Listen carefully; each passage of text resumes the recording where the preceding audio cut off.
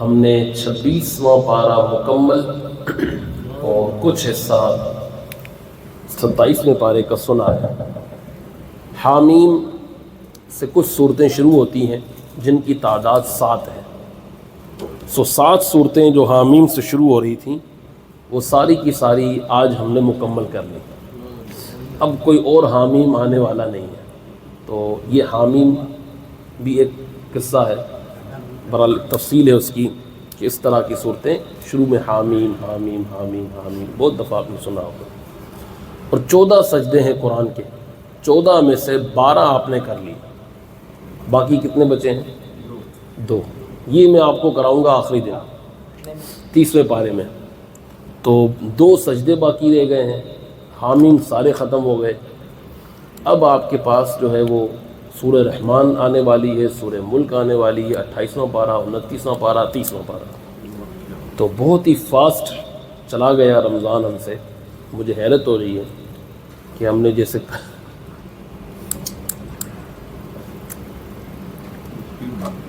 ابھی شروع کیا اور ابھی ختم ہو گیا۔ اور یقین جانو یہ اللہ کی طرف سے توفیق ہے کہ ہم قرآن پاک کو سن لیتے ہیں، تراویح پڑھ لیتے ہیں، ورنہ ہمارے جسم تیاری نہ ہو، سستی ہو جائے۔ یہ رمضان کی برکت ہے۔ عام دنوں میں 9 رکعتیں پڑھنا بھاری ہو جاتا ہے، اور رمضان میں ہم 29 رکعتیں پڑھ لیں، لوگ اس سے بھی زیادہ پڑھ رہے ہیں۔ یہ اللہ کی شان ہے۔ عام دنوں میں ہم ایک چھوٹی سی سورت پڑھتے ہیں اور یہاں پورا قرآن سن رہے ہیں، وہ بھی ہو جاتا ہے، درس بھی ہو جاتا ہے۔ تو یہ اللہ تعالیٰ کا کرم ہے اس مہینے کا۔ 2 عشرے چلے گئے، تیسرا عشرہ ہے مغفرت اور جہنم سے آزادی کا، وہ کل شروع ہو رہا ہے۔ تو اللہ ہماری مغفرت کر دے آج رات، اور کل سے ہم دعا مانگیں کہ اللہ ہمیں جہنم سے آزاد کرے۔ وہ ہم ہر روز مانگ رہے ہیں، اجرنا من النار۔ یہ دعا کا مطلب یہی ہے کہ ہمیں جہنم سے کی آگ سے آزادی عطا فرما۔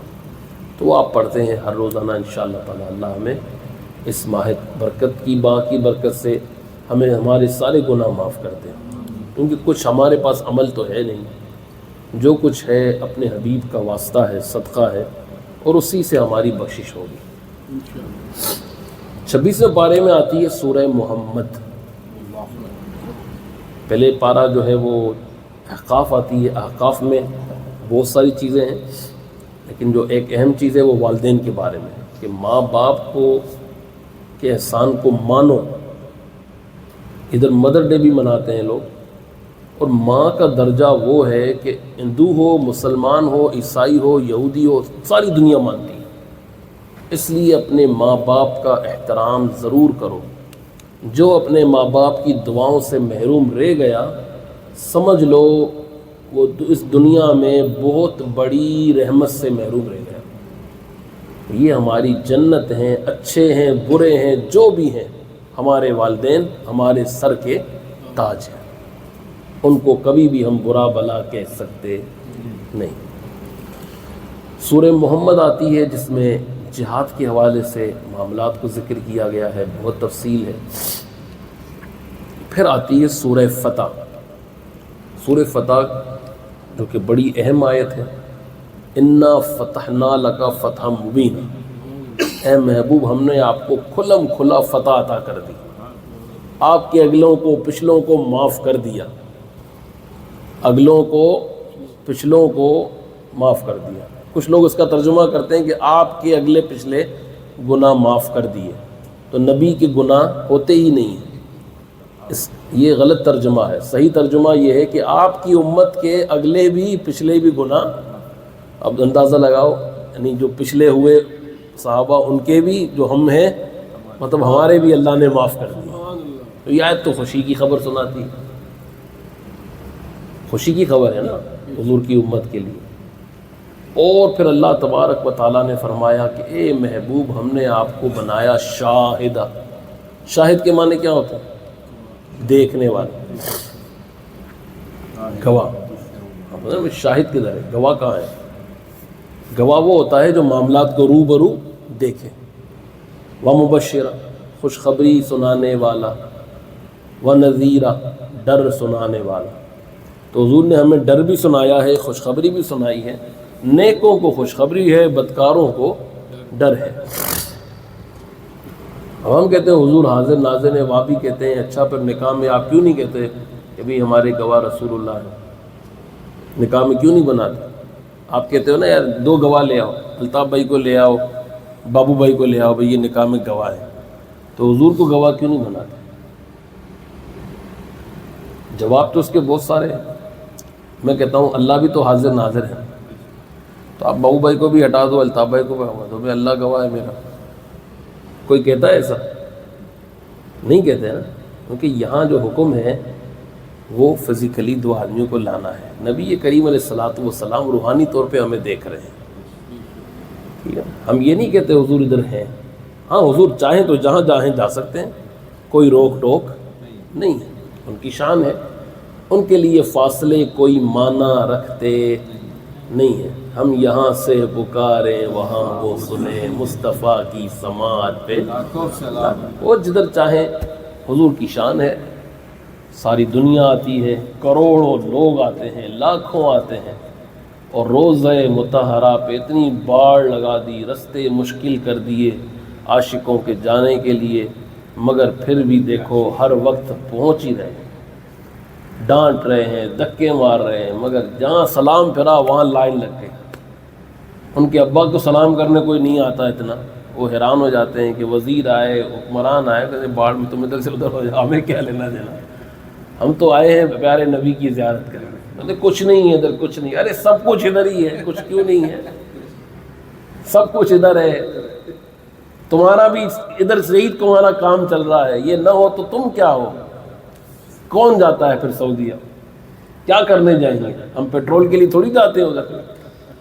ہم تو حضور کی شان، اور کتنے کتنے مہنگے ہوٹل ہیں، لوگ جاتے ہیں حضور کے نام پہ قربان، خود بھی جاتے ہیں، دوسروں کو بھی کھلاتے ہیں، اور سب کے کام چل رہے ہیں. ہم تو بہت خوش نصیب ہیں، دبئی میں رہتے ہیں. یہ فلائٹ پکڑو چلے جاؤ، گاڑی سٹارٹ کرو چلے جاؤ، نہ ویزا کی مشکل نہ کچھ مشکل. پوچھو جو چائنا سے آتے ہیں، پوچھو جو انڈونیشیا کے آئی لینڈ سے آتے ہیں، پوچھو جو جاپان سے آتے ہیں، اور پوچھو جو پاکستان انڈیا کے گاؤں دیہات میں کمیٹیاں بھر کے پوری زندگی کے پیسے جمع کر کے وہاں پہنچتے ہیں. میں پچھلے سال حرم شریف مدینہ شریف میں رکا ہوا تھا، گاڑی میرے پاس تھی، تو میں جا رہا تھا. رات کے 2 بجے میرا وہ جو حاضری کا ٹوکن تھا وہ 2 بجے تھا. تو میں گھر سے 1:30 بجے 1 بجے نکلا، اندھیرا تھا. تو میں قربان علاقے میں رکا تھا، وہاں سے ہے تو 3-4 عورتیں تھیں جو بڑے خستہ حال کپڑے پہنے تھے، برقع ورقع نہیں پہنا تھا. وہ ہماری زبان میں بات کر رہی تھی. سندھی زبان مجھے سمجھ آتی ہے، میں سندھی نہیں ہوں لیکن سندھی زبان میں سمجھتا ہوں، بول سکتا ہوں. تو وہ سندھی میں بول رہی تھی. تو میں نے کہا اتنی رات ہے، شاید یہ حرم ہی جا رہے ہیں. میں نے گاڑی روکی، میں نے گھر والی کو کہا ان سے پوچھو اگر حرم جانا ہے تو گاڑی میں بیٹھ جاؤ. تو کہا ہم ادھر ہی جا رہے ہیں، ہمارا جو ہے وہ حاضری کا ٹوکن ہے 2 بجے. میں نے کہا بیٹھو ہمارے پاس. میں نے بٹھا لیا ان کو. تو میں نے کہا مائی بوڑھی تھی، 3 بچیاں تھیں اس کے. میں نے کہا تم لوگ کیسے آئے ہو ادھر، کیا کرنے آئے ہو؟ تو کہتی ہے کہ میں نے جو ہے وہ بہت عرصے سے پیسے جمع کیے، ہماری فصل ہوئی، یہ ہوا، تو میں عمرے پہ آ رہی تھی. تو یہ ہماری جو ہے وہ گھر میں کام کرتی ہے، یہ میری بیٹی ہے، یہ میرے فلاں کی بیٹی ہے. انہوں نے اپنی شادی کے لیے کنگن جمع کر کے بنا کے رکھے تھے. پھر انہوں نے کہا کہ تم جا رہی ہو مدینے تو ہمیں شادی تو بعد میں بھی ہو جائے گی، بعد میں پتہ نہیں ہمیں موقع ملے نہیں ملے. تو انہوں نے اپنے شادی کے زیور بیچے اور عمرے کے لیے آئی. عمرے کا آیا. دیکھو کیسے کیسے لوگ ہیں کہ زندگی بھر کی کمائی لٹا کر سرکار کے روزے پہ. ان کے یار کنگن انشاءاللہ تمہیں واپس حضور دے دیں گے. کہ میں نے یہ دیکھا ہے کہ جب بھی ہم عمرے پہ گئے اور جو بھی پیسے خرچ کیے سرکار نے واپس عطا فرما دی. کیونکہ حضور دنیا میں کسی کا احسان رکھتے نہیں. میں بہت دور سے انگلینڈ جاؤں کسی کے گھر پہ اور مجھے وہ اچھا کھانا نہ کھلائے، میرا کوئی فائدہ نہ ہوا، تو میں کہوں گا یار کیسے لوگ ہیں. میں ادھر 4-5 ہزار درہم خرچ کر کے گیا، مجھے کچھ بھی حاصل نہیں ہوا. برا لگے گا نا اس کو، یار یہ دیکھو یار اچھا نہیں ہوا ان کے ساتھ، نہ ہم نے کوئی تحفہ دیا نہ کچھ دیا۔ جب دنیا کا آدمی ایسے سوچتا ہے، ابھی انڈیا سے کوئی نعت خوان آ جائے، عبد الواحد بھائی، اس کو ایسے نہیں چھوڑیں گے، بولیں گے یار چلو آیا ہے، کو کھلائیں گے پلائیں گے گھمائیں گے، تھوڑا بہت لفافہ دیں گے تو جا کے خوش ہوگا ابھی دبئی میں گیا تھا میں خوش ہو کر آیا۔ تو جب ایک عام آدمی کسی مہمان کو خالی ہاتھ نہیں بھیجتا تو آپ اندازہ لگاؤ کہ وہ تو والی کائنات ہے، کیا وہ کسی کو خالی ہاتھ بھیجیں گے؟ کبھی بھی نہیں۔ تو جو جائے گا انشاءاللہ اس کی جھولی بھر جائے گی۔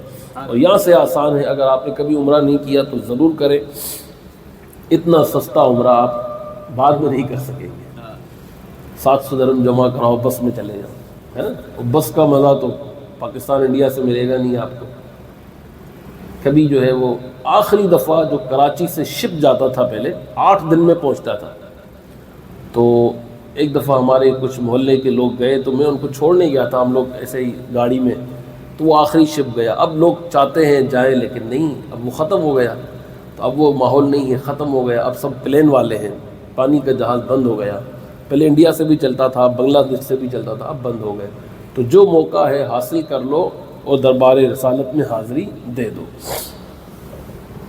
پھر جو ہے اس صورت میں محمد نام دوبارہ آ گیا، محمد رسول اللہ، ادھر آیا پورا نام، اور آپ کے صحابہ کا ذکر ہوا، اور فرمایا اللہ نے ان الذین یبایعونک انما یبایعون اللہ، اے محمد جو آپ سے بیعت کرتے ہیں وہ آپ سے بیعت نہیں کر رہے، اللہ سے بیعت کر رہے۔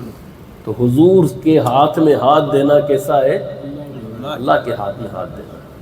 اور اللہ فرماتا ہے ید اللہ فوق ایدیہم، ان کے ہاتھوں پر اللہ کا ہاتھ ہے۔ جو ہم بیعت کرتے ہیں نا پیر صاحب سے، مشائخ سے، یہ حضور کا طریقہ ہے۔ اپنے صحابہ سے اس طرح بیعت لیتے تھے، ہاتھ رکھو، سب ہاتھ رکھتے تھے، پھر حضور کہتے تھے، وہ سب دہراتے تھے۔ یہ ہوا تھا صلح حدیبیہ میں، آپ علیہ السلام نے سوچا کہ چلو عمرہ کرنے چلتے ہیں، کسی نے کوئی تلوار نہیں اٹھائی، خنجر نہیں اٹھایا، عمرے کے لیے چلے گئے۔ مکے سے پہلے ایک جگہ آتی ہے حدیبیہ، تو آپ نے کہا یہاں رک جاؤ، کیونکہ ہم سب ایک ساتھ جائیں گے تو کفار سمجھیں گے ہم لڑنے آئے ہیں، تو اچھا نہیں ہے کوئی لڑائی ہو، اس لیے ایک آدمی کو بیچتے ہیں، ان کو کہیں گے بھی ہم کو لڑائی نہیں کرنے آئے، ہم صرف عمرہ کرنے آئے ہیں، طواف کریں گے چلے جائیں گے۔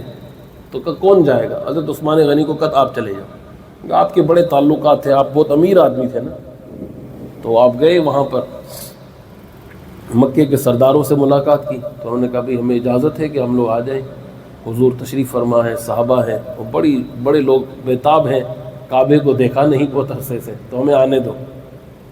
تو انہوں نے کہا ہمیں مشورہ کرنے دو، مشورہ کیا، انہوں نے کہا نہیں، آپ کو کسی کو انٹری نہیں ملے گی۔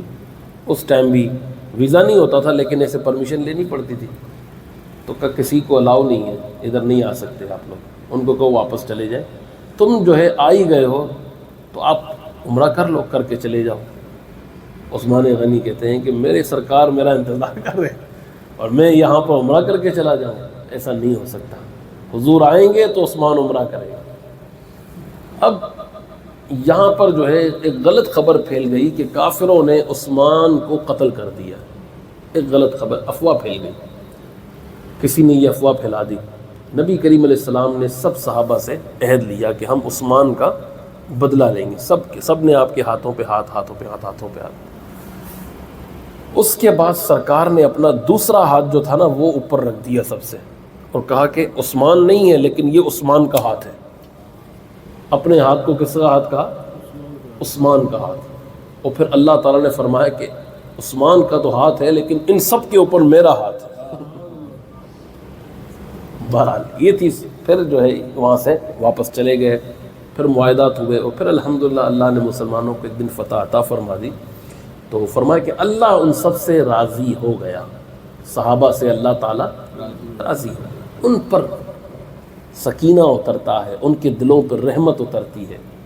تو جو کہے، اللہ کہے کہ میں سب سے راضی ہو گیا، اور آج کے یہ چلتے پھرتے راضی کہیں ابو بکر نے یہ غلطی کر دی، عمر نے یہ غلطی کر دی، معاویہ نے یہ غلطی کر دی، مجھے بتاؤ غلطی کی جو بھی کیا اللہ تعالیٰ نے ان کو معاف کر دیا، ان سے راضی ہو گیا یا نہیں ہو گیا؟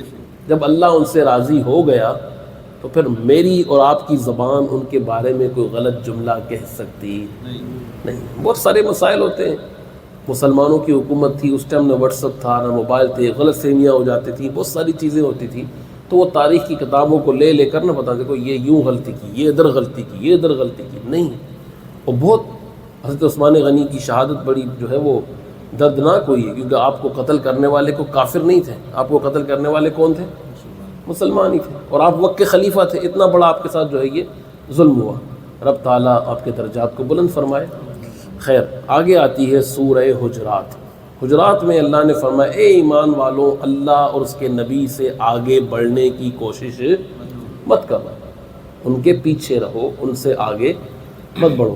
کچھ لوگ تھے جنہوں نے قربانی جو ہے وہ جلدی کر لی۔ چائے پی لوں ایک منٹ؟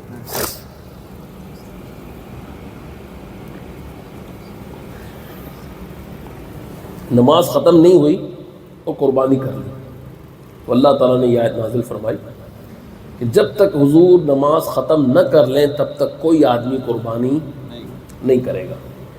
پھر فرمایا اے ایمان والو، اپنی آواز کو نبی کی آواز سے بلند مت کرو، گناہ کیا ہوگا؟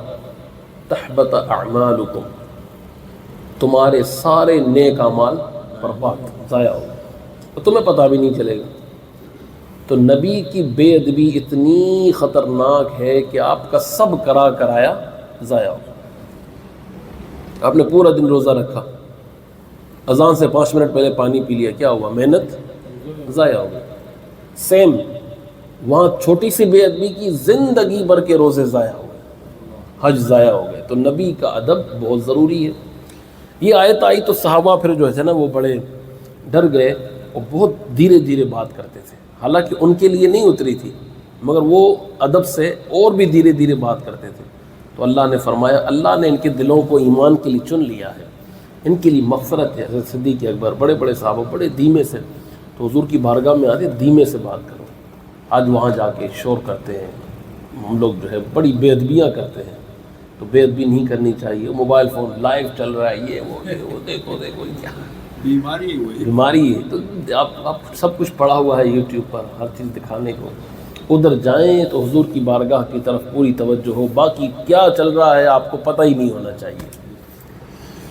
پھر اللہ تبارک و تعالیٰ نے اس صورت میں جو ہے فرمایا کہ اگر تمہیں کوئی آدمی خبر دے، فاسق آدمی کسی بات کی خبر دے، تو اس بات کی تحقیق کر لو، تحقیق کیے بغیر کوئی فیصلہ مت کرو، کہیں تمہیں ندامت نہ اٹھانی پڑے۔ جو لیڈر ہوتے ہیں نا گھر کے، آفس کے، کمپنیوں کے، ان کو یہ بات پر عمل کرنا چاہیے، کیونکہ ہر گھر میں، ہر خاندان میں، ہر کمپنی میں کچھ لوگ فسادی ہوتے ہیں، ان کا کام ہوتا ہے فساد کرنا، اور وہ آپ کی ادھر کی ادھر لگائیں گے، بات کو ادھر سے ادھر پھیلائیں گے، کوئی بھی بات کو پکڑ لیں گے۔ سب سے غلطیاں ہوتی ہیں، لیکن وہ ٹو میں لگ جاتے ہیں، پوچھا تو یوں ہوا تھا سر، یہ ہوا تھا، یہ ہوا تھا، یہ تو پڑھتا کام نہیں کرتا، پب جی کھیل رہا ہے، یہ کر رہا ہے، وہ کر رہا ہے۔ آپ کو اب آپ نے تحقیق کی نہیں، آپ گئے، آپ نے غصہ کر دیا، پتہ چلا بات کچھ ہو کیا، یوں ہی جو ہے وہ ساس بہو کی لڑائیاں ہوتی ہیں۔ تو خبر کوئی بھی آئے تو اس کی پہلے کیا کرنی چاہیے؟ دونوں چیزوں کو، معاملے کو سننا چاہیے۔ آپ پہلے اس کی بات سن لیں، پھر جس کا مسئلہ ہے اس کو اکیلے میں بلائیں، اس سے سن لیں، جو بات ہو اس کا فیصلہ کریں۔ جو آدمی غصے میں فیصلہ کرے گا وہ شخص نادم ہوگا، تو غصے کے اندر فیصلے نہیں کرنے چاہیے۔ پھر اللہ تبارک و تعالیٰ نے فرمایا کہ کوئی آدمی کسی کا مذاق نہ اڑائے، بری بات ہے۔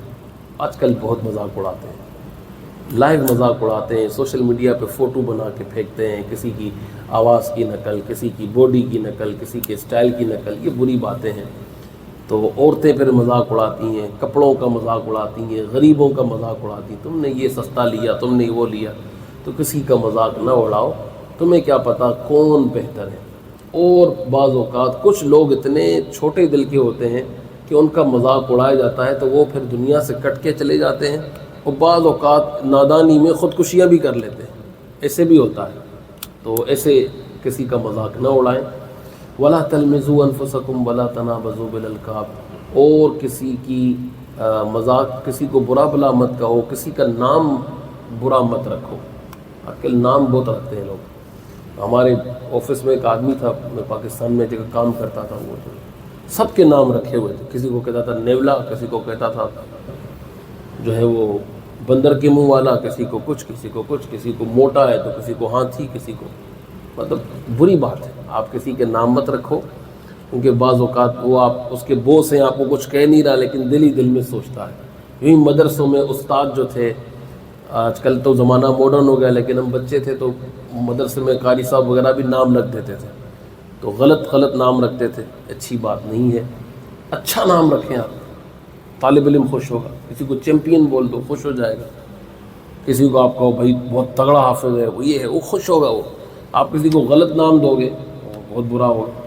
کسی کی شکل کے اوپر آپ نے نام دے دیا، کسی کو گنجا، کسی کو ٹکلا، کسی کو ٹھنگو، موٹو، یہ سب برے باتیں ہیں۔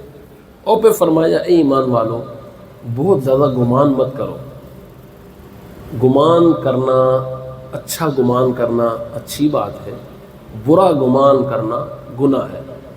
وہ لوگ بہت برے گمان کرتے ہیں، اچھا یوں ہوا ہوگا، پھر یہ ادھر گیا ہوگا، دیکھا مجھ سے چھپائی یہ بات، ادھر گیا ہوگا، اس نے یہ کیا ہوگا، فلاں کیا ہوگا، اس سے ملنے گیا ہوگا۔ آپ اتنے سارے اتنا کیوں پال رہے ہیں؟ آپ کے دماغ میں اتنا فارغ ٹائم ہے کہ آپ لوگوں کو بٹھا کے بیٹھے ہیں؟ چھوڑ دو، گمان کو نکال دو۔ ولا تجسسوا، اور تجسس مت کرو۔ یہ جو پیچھے بیٹھے ہیں کیوں بیٹھے ہیں، ان کا کیا مقصد ہے؟ لوگ سوچنا شروع ہو جاتے ہیں، یہ گئے اکیلے گئے، مجھے نہیں لے کر گئے، پتہ نہیں کیا باتیں کر رہے ہیں، میرے بارے میں باتیں کر رہے ہوں گے۔